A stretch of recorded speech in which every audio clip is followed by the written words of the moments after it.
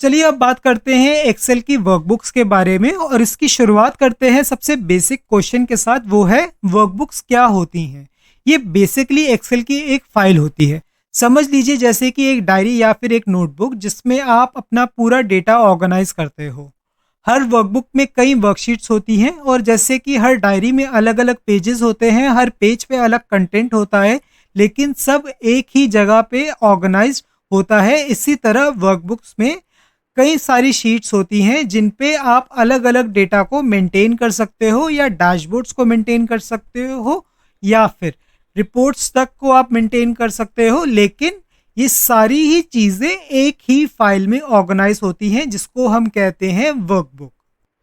Example के तौर पे मान लीजिए आपको एक फाइल बनानी है और उस फाइल के अंदर आपको अपने सेल्स डेटा को स्टोर करना है। इसी के साथ इस सेल्स डेटा के ऊपर एनालिसिस करके अपने एनालिसिस को स्टोर करना है। साथ ही साथ इस एनालाइज डेटा के ऊपर चार्ट्स की मदद से आपको विजुअल रिप्रेजेंटेशन करनी है और ये सारी ही चीज़ें आप एक फाइल में स्टोर करना चाहते हो।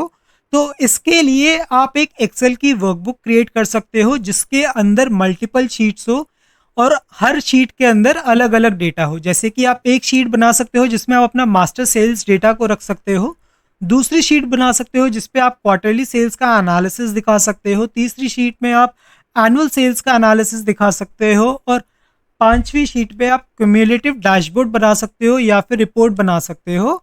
इस तरह आप जितनी चाहे शीट्स को ऐड कर सकते हो और एक वर्कबुक के अंदर स्टोर करके उस वर्कबुक को सेव कर सकते हो। वर्कबुक्स आपको अपना डेटा स्ट्रक्चर्ड और नीटली ऑर्गेनाइज रखने का सिंपल तरीका देती हैं। सब कुछ एक ही जगह रहता है लेकिन फिर भी अलग अलग सेक्शंस में नीटली ऑर्गेनाइज्ड होता है। आई होप वर्कबुक का जो कॉन्सेप्ट है वो आपको अब बिल्कुल क्लियर होगा। तो समझ लो जैसे कि आपकी वर्कबुक वो फाइल है जिसमें आपका सारा काम होगा। आई होप इसके बाद आपको वर्कबुक का जो कॉन्सेप्ट है वो क्लियर हो गया होगा। तो समझ लीजिए कि आपका वर्कबुक वो मेन फाइल है जिसमें आपका सारा काम होगा। चलिए अब बात करते हैं वर्कशीट्स के बारे में। जब हमने एक वर्कबुक को डायरी या नोटबुक कहा तो वर्कशीट को उस डायरी या नोटबुक का एक इंडिविजुअल पेज कहना सही होगा। हर पेज पे जैसे आप अलग अलग कंटेंट लिख सकते हैं, वैसे ही एक्सेल की वर्कबुक्स के अंदर मौजूद वर्कशीट्स पे आप अलग अलग कंटेंट को स्टोर कर सकते हैं।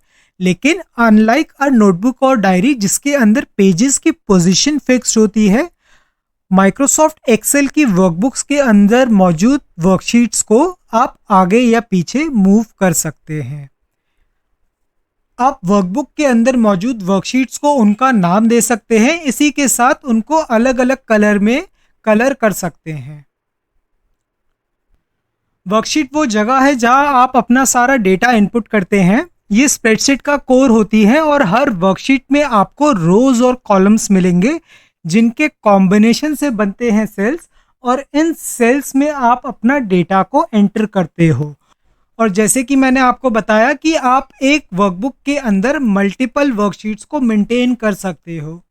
इसी के साथ ये वर्कशीट्स काफ़ी फ्लेक्सिबल होती हैं। जैसे कि अगर आपको एक वर्कबुक बनानी है अपनी कंपनी के फाइनेंशियल्स के लिए तो आप अलग अलग वर्कशीट्स बना सकते हो। फॉर एग्जांपल एक शीट हो सकती है इनकम स्टेटमेंट, दूसरी शीट को आप नाम रख सकते हो बैलेंस शीट और तीसरी वर्कशीट हो सकती है कैश फ्लो स्टेटमेंट के लिए।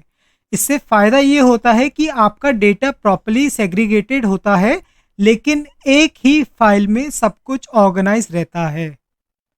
आप इजीली एक शीट से दूसरी शीट के बीच में स्विच कर सकते हैं और सारी इंफॉर्मेशन को एक ही वर्कबुक के अंदर अपने अकॉर्डिंग एक्सेसिबल बना सकते हैं।